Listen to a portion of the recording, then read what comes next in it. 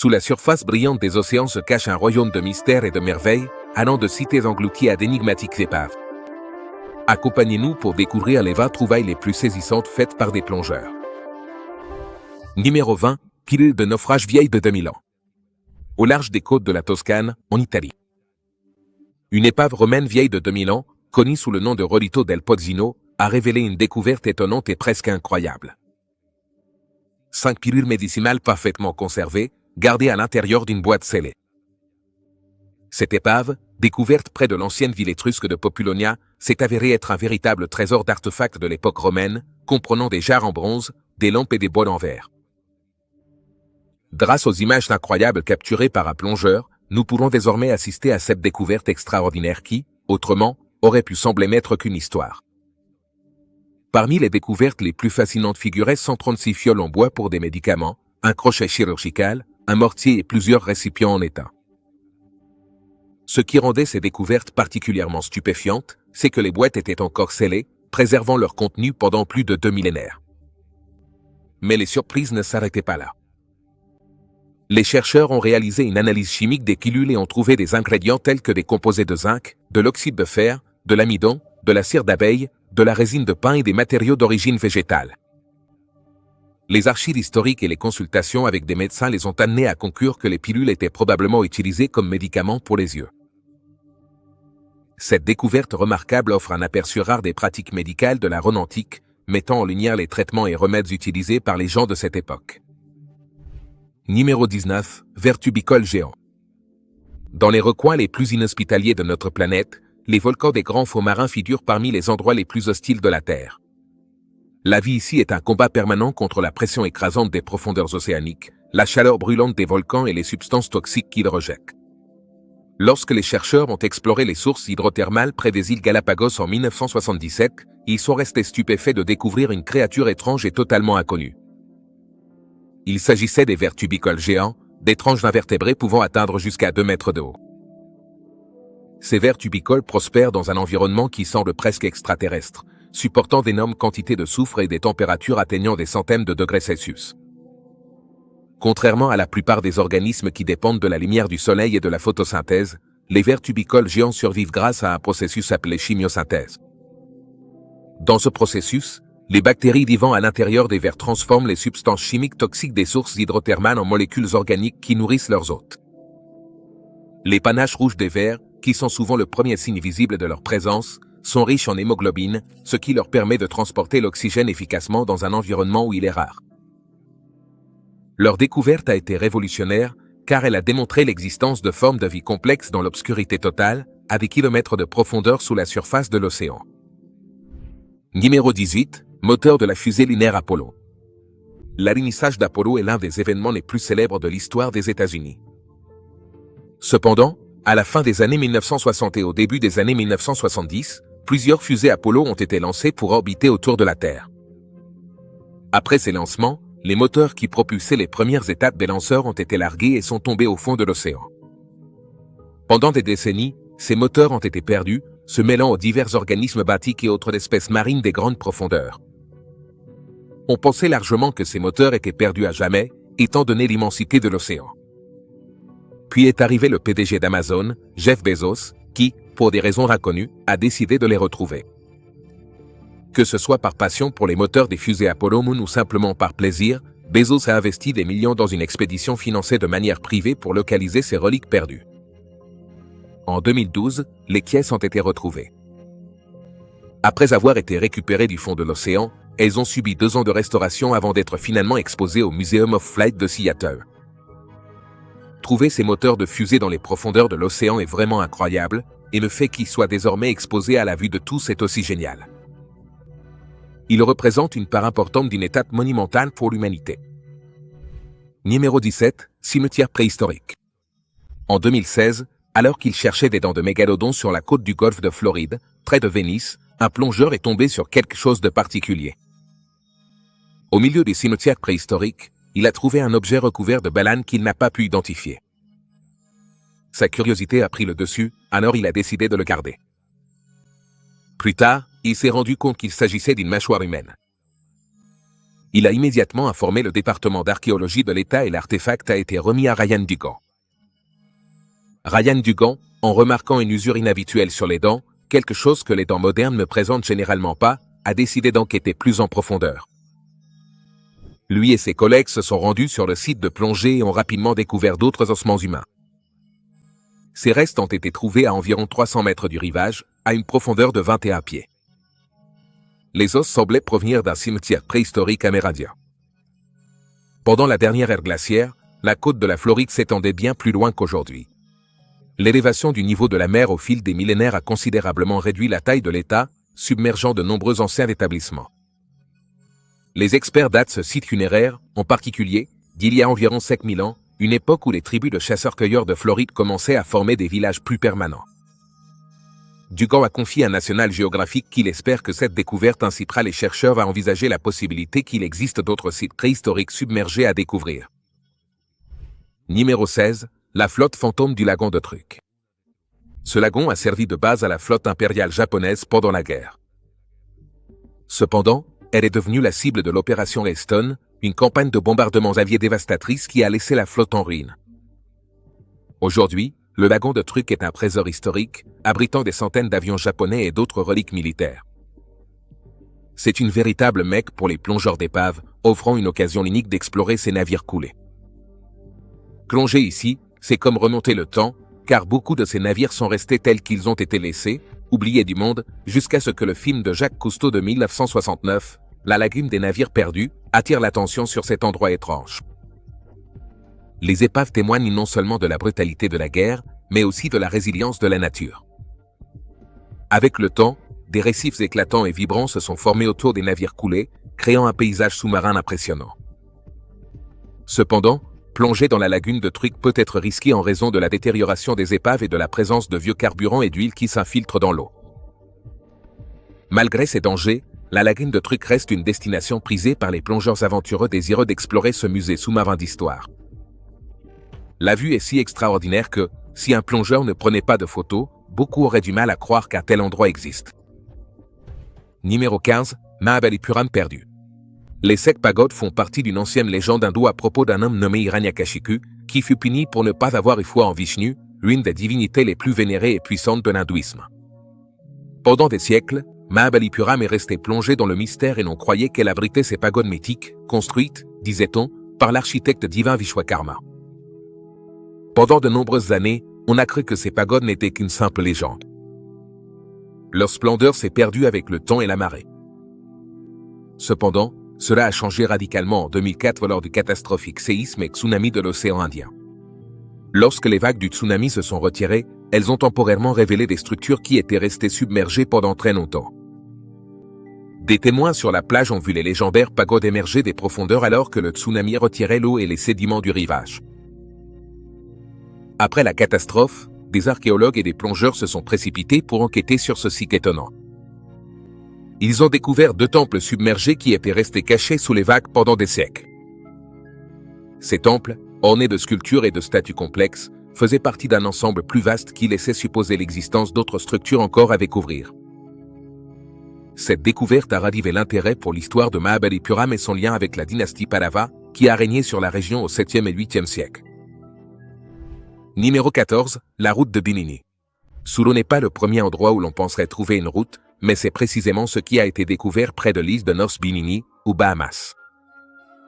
Cette route, formée de blocs rectangulaires de calcaire, a intrigué tout le monde quant à son origine. La découverte a suscité la curiosité et même quelques théories du complot. Beaucoup pensent que la route de Bimini pourrait être liée à la légendaire cité perdue de l'Atlantide. En fait, la route de Bimini, ou le mur de Bimini, comme on l'appelle parfois, est l'une des preuves préférées de ceux qui croient en Atlantide. Les roches rectangulaires semblent avoir été disposées délibérément, ce qui amène certains à suggérer que cette route menait autrefois à la cité mythique. La route a été découverte le 2 septembre 1968 par 3 plongeurs, Joseph Valentine, Jacques Maillon et Robert Angoff.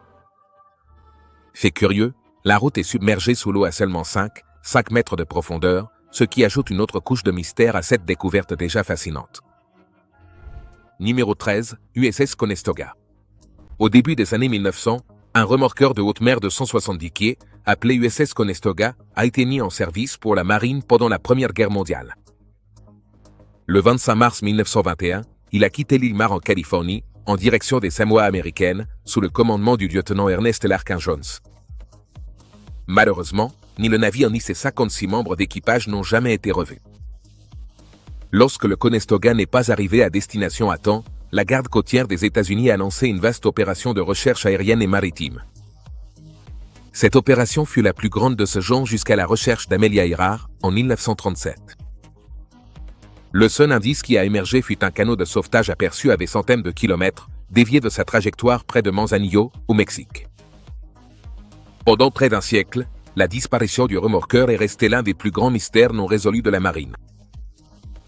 En 2009, des scientifiques de l'Administration nationale océanique et atmosphérique ont découvert une épave non identifiée à 60 mètres de profondeur dans le sanctuaire marin national des Greater Faranol. Aucune de ces caractéristiques ne correspondait aux épaves connues dans la région. Ce n'est qu'en 2016, soit 95 ans après la disparition du Conestoga, que l'équipe a pu confirmer avec certitude qu'il s'agissait bien du remorqueur perdu depuis si longtemps. D'après son emplacement, il est clair que le navire a coulé le lendemain de son départ du port. L'épave se trouvait loin d'Hawaï ou de la côte mexicaine de Basse-Californie, où l'on pensait depuis longtemps qu'elle était. Les chercheurs ont examiné attentivement les archives et analysé les caractéristiques de l'épave avant de conclure qu'il s'agissait effectivement du Conestoga. Les preuves suggéraient que le remorqueur avait rencontré des problèmes avec la barge qu'il remorquait. Cela correspondait au rapport de mer agitée et de vent soufflant à 40 000 à l'heure dans la région ce jour-là. Numéro 12, l'anomalie de la mer Baltique. C'est une histoire intrigante qui a commencé en 2011, lorsqu'une équipe de plongeurs suédois appelée Oceanix a découvert quelque chose d'inhabituel au fond de la mer Baltique. Grâce à la technologie sonar, ils ont capturé l'image d'un grand objet circulaire d'environ 60 mètres de diamètre, qui semblait être d'origine artificielle. Cela a déclenché de nombreuses spéculations dans les médias et certains ont suggéré qu'il pourrait s'agir d'un ovni coulé. Cependant, de nombreux experts pensent que l'anomalie est en réalité une formation géologique naturelle. Les géologues qui ont analysé les échantillons du site ont trouvé des roches typiques de la région, ce qui suggère qu'elles ont probablement été déposées par un iceberg pendant l'âge de glace. Certains scientifiques ont même proposé que la forme circulaire pourrait être une ligne de drumlin, un type de colline formée par l'action de la glace. Malgré ces explications, le mystère de l'anomalie de la mer Baltique continue de captiver l'imagination des gens. Certains ont critiqué la qualité de l'image du sonar, suggérant qu'elle pourrait ne pas représenter l'objet avec précision. D'autres ont remis en question les motivations de l'équipe de plongée, soulignant leur projet d'emmener des touristes fortunés visiter l'endroit en sous-marin. En définitive, que l'anomalie de la mer Baltique soit une formation naturelle ou quelque chose de plus mystérieux, cela reste un sujet de débat. Cependant, une chose est sûre, si cela n'avait pas été capturé, personne ne l'aurait cru. Numéro 11, Thomas Heracleion. Elle a été aperçue pour la première fois par un pilote britannique de la RAF qui survolait l'Égypte dans les années 1930. Mais ce n'est qu'en 1999 que l'emplacement exact des ruines a été déterminé et fouillé par l'archéologue sous-marin français Franck Godiot. Dans cette découverte pionnière, Godiot et son équipe ont mis au jour un trésor d'artefacts provenant d'anciennes villes égyptiennes. Ce qu'ils ont trouvé était extraordinaire. Une ancienne ville à l'embouchure du Nil, qui a résolu deux mystères de longue date. Tony et Héracléon, autrefois considérés comme deux établissements antiques distincts, se sont avérés être le même endroit. Les anciennes et grandioses cités égyptiennes de Tony, Héracléon et Canop ont livré une profusion de statues, de temples, de pièces de monnaie et d'autres reliques incroyables qui avaient sombré dans la mer. Parmi les découvertes figuraient d'immenses statues des dieux égyptiens Hapi, Osiris et Isis, ainsi qu'une stèle remarquablement bien conservée qui a confirmé l'identité de la ville. Des pièces d'or et des poids en bronze ont permis de comprendre l'intense activité commerciale qui régnait autrefois ici, révélant l'importance de la ville en tant que principal port de la Méditerranée. Pendant plus de 1000 ans, la mer a dissimulé ces villes, gardant leur secret jusqu'à ce qu'ils soient enfin révélés. Les ruines ont dévoilé une ville figée dans le temps, offrant un aperçu unique de la vie quotidienne, des pratiques religieuses et des activités commerciales des anciens Égyptiens. La découverte de Tony Héracléon par Thomas n'a pas seulement transformé notre compréhension de l'histoire de l'Égypte, elle a aussi captivé l'imagination de personnes du monde entier, prouvant que certaines légendes trouvent leurs racines dans une histoire réelle et tangible. Numéro 10, Le mécanisme d'Anticythère. L'épave d'Anticythère abrite l'une des découvertes sous-marines les plus singulières qui continue d'intriguer le public, le mécanisme d'Anticythère. Cette épave a été découverte en 1900 près de l'île grecque d'Anticythère, d'où son nom. Le navire était rempli de précieux trésors comme des pièces de monnaie, des statues et divers autres artefacts, tout ce à quoi on pourrait s'attendre d'un ancien navire coulé. Cependant, il abritait aussi quelque chose de vraiment extraordinaire, un dispositif étrange aujourd'hui connu sous le nom de mécanisme d'Anticythère, souvent considéré comme le tout premier ordinateur du monde. Cet appareil date du IVe siècle avant Jésus-Christ et il est incroyablement complexe, avec de nombreux engrenages mystérieux. Depuis sa découverte, le mécanisme a été largement étudié par des historiens et des scientifiques, laissant beaucoup de gens perplexes. L'opinion générale est que le mécanisme d'Anticythère a probablement été utilisé comme dispositif pour suivre les mouvements du Soleil et de la Lune, peut-être pour prédire les éclipses. Cependant, en raison de sa complexité, sa fonction exacte demeure inconnue. De plus, l'épave est restée inexplorée avant d'avoir pu être entièrement examinée, ce qui a poussé les historiens à plaider pour un retour sur le site. Le projet Retour à Anticythère est actuellement en cours, dans l'espoir qu'une exploration plus poussée puisse fournir davantage d'informations, voire révéler de nouveaux mystères. Quoi qu'il en soit, cet étrange et inexplicable dispositif sous-marin demeure l'une des découvertes sous-marines les plus fascinantes et les plus déroutantes jamais réalisées à ce jour. Break time égale 0.5s. Numéro 9, l'épave de l'Esmeralda. En 1498, le navire portugais Esmeralda a connu une fin tragique. 5 ans après que Vasco de Gama soit devenu le premier Européen à atteindre l'Inde par la mer, il entreprit son second voyage vers le sous-continent. Au cours de ce voyage, sa flotte a affronté une tempête féroce. L'un des navires, l'Esmeralda, a sombré dans la mer d'Arabie, près de l'île Omenes d'Al-Jalania. Vasco de Gama avait intentionnellement abandonné l'Esmeralda et un autre navire afin d'interrompre le commerce maritime entre l'Inde et la mer Rouge. L'épave de l'Esmeralda a été découverte en 1998, révélant une fascinante histoire. Lorsque l'Esmeralda a coulé, tout son équipage a péri avec elle, y compris le capitaine Vicente Sodré, l'oncle de Vasco de Gama. L'épave, brisée dans des eaux peu profondes, a laissé peu de vestiges du navire lui-même. Cependant, l'équipe de chercheurs qui a fouillé le site a découvert un véritable trésor d'artefacts. Parmi ceux-ci se trouvaient d'anciennes armes à feu, des boulets de canon entières marquées des initiales de Sodré, ainsi que plusieurs autres armes. La cloche du navire, la plus ancienne jamais découverte, a également été retrouvée parmi les débris. De plus, l'équipe a déterré une pièce fantôme rare connue sous le nom des Indios, commandée par le roi Manuel Ier du Portugal pour le commerce avec l'Inde, après le premier voyage de Vasco de Gama. Cette pièce est l'une des deux seules connues à ce jour. La profusion d'armes découvertes sur le site met en lumière la nature brutale et violente des expéditions de Vasco de Gama. Numéro 8, ruine sous-marine d'une cité romaine perdue. Une équipe d'archéologues venus de Tunisie et d'Italie a récemment mis au jour une découverte extraordinaire sous les vagues de la côte tunisienne, une ancienne cité romaine connue sous le nom de Néapoli. On pense que celle des submergés, qui aurait succombé à un puissant tsunami au IVe siècle après Jésus-Christ, était restée longtemps entourée de mystères. Son existence est à peine documentée, en raison de sa loyauté envers Carthage plutôt qu'envers Rome lors d'une guerre cruciale. La recherche pour localiser Néapoli a commencé en 2010, une quête de 10 ans qui a abouti à une découverte capitale. Les archéologues ont minutieusement découvert des rues éparses, d'imposants monuments et des vestiges d'un centre urbain hautement développé.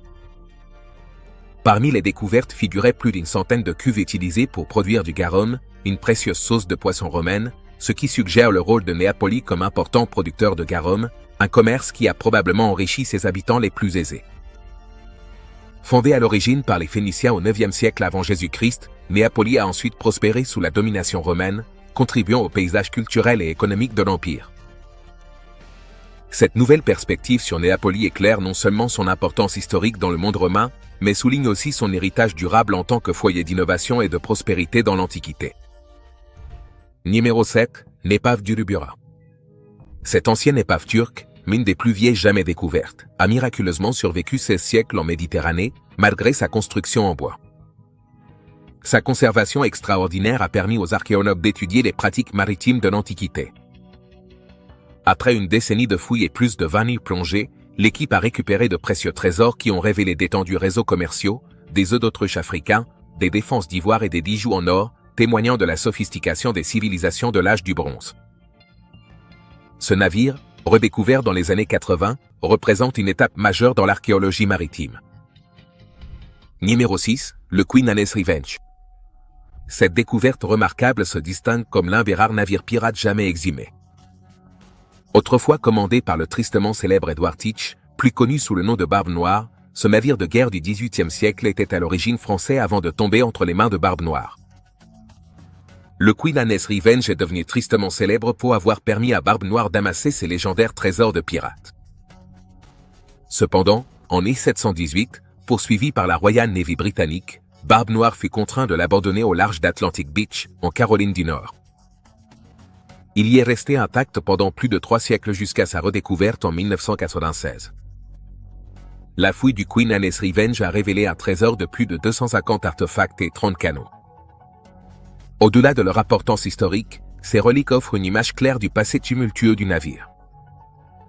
Ce qui fascine vraiment les historiens et les passionnés, c'est l'association du navire avec l'un des pirates les plus notoires de l'histoire. Bien que de nombreux navires coulés parsèment le fond de l'océan, estimés par les Nations Unies à des millions, peu appartiennent au cercle très fermé des navires pirates redécouverts. Le Queen Anne's Revenge se dresse donc comme un membre exceptionnel et précieux de ce groupe sélect, offrant un aperçu fascinant de l'audacieuse époque de la piraterie en haute mer. Numéro 5, Musée militaire sous-marin. En 2019, la Jordanie a créé un musée militaire sous-marin innovant à Aqaba. À 28 mètres sous la surface de la mer Rouge, ils ont disposé 19 véhicules militaires retirés du service, dont des chars, une ambulance, un hélicoptère de combat et d'autres équipements militaires. Ce projet, lancé par l'autorité de la zone économique spéciale d'Aqaba, perpétue une tradition locale consistant à couler des véhicules pour la plongée touristique, inspirée par la passion de la famille royale pour ce sport. Le musée trouve son origine en 1985, lorsque le roi Abdallah a ordonné de couler le cargo espagnol Cedar Pride. En 1999, un char antiaérien a été ajouté et aujourd'hui, le site comprend également des avions, un bateau de débarquement et une barge-grue, offrant une expérience unique aux passionnés de plongée. Numéro 4, la sirène. Imaginez faire une découverte mystérieuse, un site antique dans les profondeurs de l'océan. Là-bas repose une silhouette squelettique qui ressemble à une sirène, avec ses longs cheveux châtains et bouclés flottant mystérieusement dans l'eau. Étonnamment, un plongeur capture cette scène étrange à la caméra, un moment si extraordinaire qu'il défie la croyance. Le squelette repose dans un cercueil submergé, entouré d'une frénésie d'activité. Des curieux, des journalistes et des scientifiques s'efforcent de documenter cette découverte sans précédent. La présence de curieux avec leurs caméras donne une idée de l'ampleur de cette découverte. Ce squelette pourrait-il vraiment être la preuve d'une créature mythique, une véritable sirène que l'on croyait depuis longtemps n'existait que dans les contes? Ou bien doit-on s'attendre à une explication plus logique? Alors que le monde réfléchit à cette vision surnaturelle, le mystère s'approfondit, nous invitant à reconsidérer ce que nous savons sur les mythes, les légendes et les profondeurs cachées de nos océans. Numéro 3, les voitures non élucidées. En 2013, 2 voitures classiques des années 1970 ont été découvertes dans le lac Fox, en Oklahoma, révélant une découverte surprenante. Initialement considérés comme volés, les 2 véhicules contenaient plus que ce à quoi on s'attendait. La première voiture, une Camaro de 1969, renfermait les restes d'un groupe d'adolescents portés disparus depuis la fin des années 1970. Dans l'autre véhicule, une Chevrolet plus ancienne, se trouvaient les corps de 3 personnes signalées disparues en 1969. Des années d'enquête ont finalement permis de relier chaque voiture à des affaires distinctes de personnes disparues, faisant la lumière sur des mystères vieux de plusieurs décennies. La récupération de ces voitures des profondeurs du lac a marqué un moment crucial, offrant une forme de clôture aux familles qui attendaient des réponses depuis si longtemps. Malgré cette avancée, des questions subsistent quant à la manière dont les voitures ont fini par être submergées dans le lac. Tandis que certains pensent qu'il s'agissait d'un tragique accident causé par des routes dangereuses, d'autres soupçonnent un acte criminel. Les enquêteurs restent déterminés à percer la vérité derrière ces disparitions déconcertantes, dans l'espoir d'apporter une forme de clôture non seulement aux familles, mais aussi à la mémoire de ceux qui ont disparu dans les profondeurs du lac Fox. Numéro 2, le cimetière des tortues. Dans l'immensité de l'océan, les créatures trouvent leur fin chaque jour, retournant généralement à l'écosystème par la décomposition naturelle. Cependant, la découverte d'un cimetière de tortues en 2019 a suscité une attention particulière. Capturé à travers l'objectif du photographe Joshua Vergara lors de vacances en Malaisie, sur l'île de Sipadan, ces images troublantes ont profondément marqué les esprits. Ce cimetière sous-marin a été initialement documenté par le capitaine Jacques Cousteau, le célèbre explorateur des océans, dans les années 1980. L'étrange fascination exercée par ce cimetière provient du destin tragique des tortues piégées à l'intérieur d'une caverne, incapables de remonter à la surface pour respirer.